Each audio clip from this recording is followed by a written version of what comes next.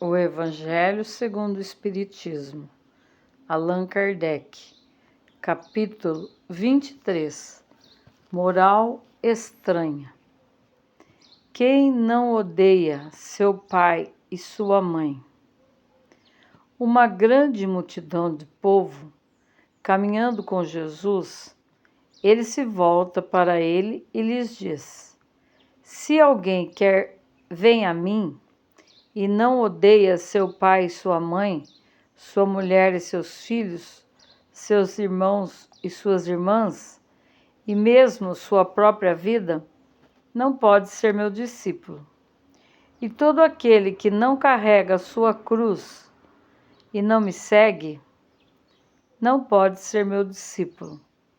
Assim, todo aquele que dentre vós não renuncia a tudo que tem, não pode ser meu discípulo. São Lucas, capítulo 19. 2. Aquele que ama seu pai ou sua mãe mais do que a mim, não é digno de mim. Aquele que ama seu filho ou sua filha mais do que a mim, não é digno de mim. São Mateus, capítulo 10, versículo 37. 3.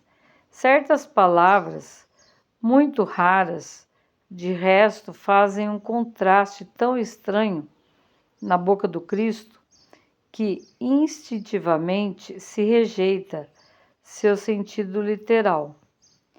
E a sublimidade de sua doutrina não sofre com isso nenhum prejuízo.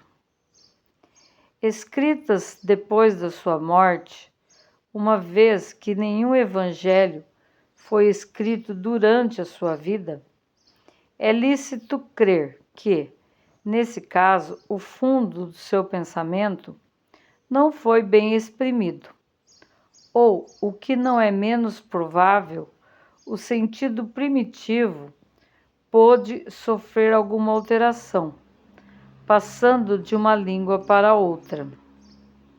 Bastaria que um erro fosse feito uma primeira vez para que tivesse sido repetido nas reproduções, como se vê tão frequentemente nos fatos históricos.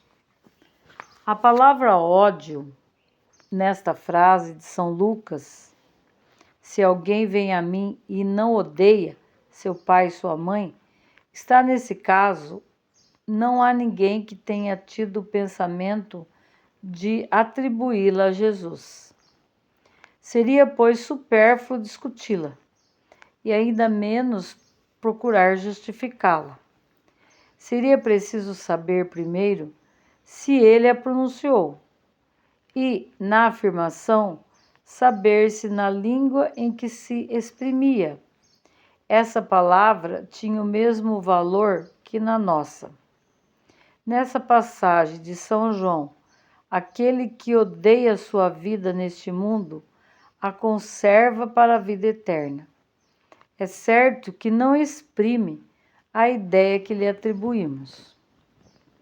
A língua hebraica não era rica e havia muitas palavras com vários significados. Tal é, por exemplo, aquele que no Gênesis designa as fases da criação, e serviu a uma só vez para exprimir um período de tempo qualquer e a revolução diurna. Daí mais tarde, sua tradução para a palavra dia e a crença que o mundo foi obra de 6 vezes 24 horas. Tal é ainda a palavra que dizia de um camelo e de um cabo, porque os cabos eram feitos de pelo de camelo, e que foi traduzida por camelo na alegoria do buraco de agulha. É preciso, aliás, ter em conta os costumes e o caráter dos povos, que influem sobre o gênio particular de suas línguas. Sem esse conhecimento, o sentido verdadeiro de certas palavras escapa de uma língua a outra. A mesma palavra tem mais ou menos energia. Pode ser uma injúria ou uma blasfêmia em uma e não significar em outra, segundo a ideia que a ela se atribuiu, na mesma língua. Certas palavras perdem seu significado alguns séculos depois. Por isso, uma tradução rigorosamente literal não exprime sempre perfeitamente o pensamento.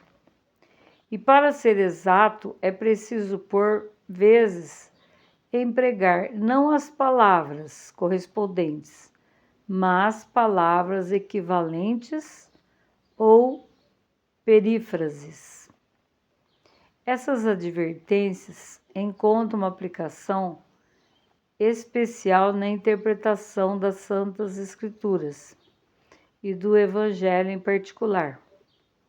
Se não se leva em conta o meio no qual viveu Jesus, fica-se exposto a equivocar-se sobre o valor de certas expressões e de certos fatos, em consequência do hábito que se tem de comparar os outros a si mesmo.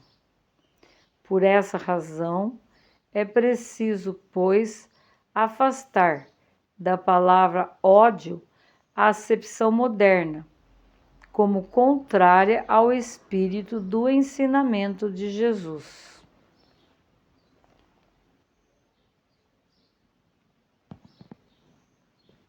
Ver também o capítulo 14, números 5 e seguintes.